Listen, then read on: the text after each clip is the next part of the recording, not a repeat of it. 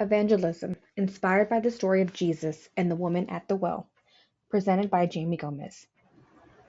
So many people are ready to hear about Jesus. We must not delay. We are going to go over 10 ways or guidelines to help you evangelize, just like Jesus did to the woman at the well. Let's begin with the conversation. Soon a Samaritan woman came to draw water, and Jesus said to her, "Please give me a drink." He was alone at the time because the disciples had gone into the village to buy some food. The woman was surprised, for Jews refused to have anything to do with Samaritans. She said to Jesus, "You are a Jew. I am a Samaritan woman. Why are you asking me for a drink?" Beginning with the conversation doesn't have to jump right into the topics of Jesus or the Bible, but it is crucial that a dialogue takes place. Consider this. Instead of asking the woman to serve him, Jesus invited her to engage with him.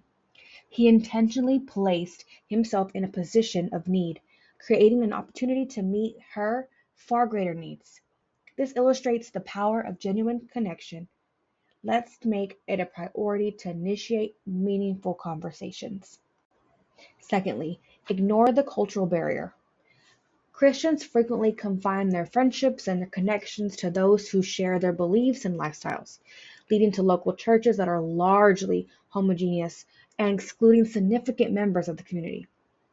This challenge goes beyond just racial differences, also social and cultural differences as well. When churches impose standards for formal attire during worship, they advertently create barriers that can alienate the poor and those from diverse backgrounds. Such practices also limit but not diminish the richness of the diverse community that bring us all together to experience the faith. Churches need to embrace diversity and ensure that everyone feels welcomed and valued. Next, be content to teach one person. Too often, evangelism is about doing something big, like let's go door to door, let's hand out flyers, let's start a radio show. While some of these things can have limited success, the most important part are the labor-intensive methods that tend to be impersonal. How did first century Christians spread the gospel to the world in 30 years? They had conversations with friends and people they met. Nothing is more effective than a one-on-one conversation that has led someone to study the Bible and learn about the Lord. Number 4, teaching one person can open many doors. Just that one conversation that Jesus had with the Samaritan woman, and the whole city heard the gospel.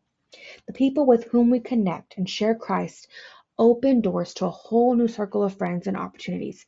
This is exactly how evangelism spread in the first century and how it still spreads today. Jesus' disciples went into a town and they bought food, but never taught one person. Jesus, however, never entered the town, taught one person, and converted the whole town. Next, share how to obtain life. The woman at the well appeared to be somewhat content living with a man who was not her husband until Jesus pointed out that living water is not available to those who continue to sin. Like her, many people today hide their sins and act as if God does not see or care. The gospel is meant for sinners, and until a person feels convicted of their sins, the living water will not seem appealing. When evangelizing, include both sowing and reaping. As Jesus said, one sows and another reaps. The process of saving souls is gradual. We should not expect instantaneous conversions. It's important not to become pushy or overwhelm someone too much. Jesus was direct in his approach, but he did not force anyone. He allowed the woman to walk away and then return for more. After Jesus did the sowing, the apostles participated in the harvest. Be careful not to do more harm than good by ruining an opportunity that another Christian may later use in the harvest. Next, Open your eyes to opportunities. So Jesus has challenged his disciples to lift up your eyes, a call for a deeper awareness of their surroundings. As they entered the city, their focus was on acquiring food, but it revealed a troubling reality. They were occupied with their own needs, and they overlooked the spiritual hunger of those around them. We too often navigate our daily lives with blinders on.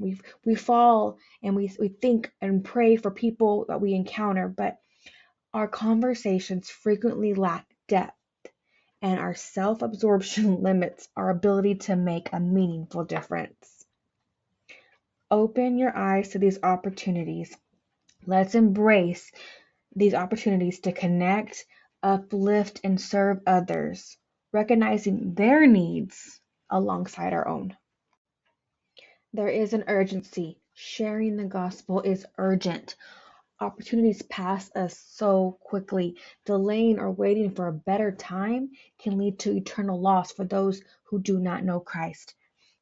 People have died without hearing the gospel, and it was because some of our waiting or inconvenient moments that we didn't talk to them. Now is the accepted time. Behold, now is the day of salvation. We can find that in 2 Corinthians 6:2. Prepare to be inconvenienced. As Jesus and the apostles traveled through Samaria, they had their own plans and their destinations, but yet an opportunity presented itself, and Jesus made a powerful choice to pause his journey and dedicate 2 days to teaching the Samaritans. This example serves as a compelling reminder for us. Too often we get caught up in our busy schedules and surround ourselves with familiar Christian friends, leaving little room to engage with those who are often marginalized or considered sinners. We must recognize that no matter how urgent our task may seem, nothing in this world is as precious as a lost soul. Lastly, fulfill your purpose.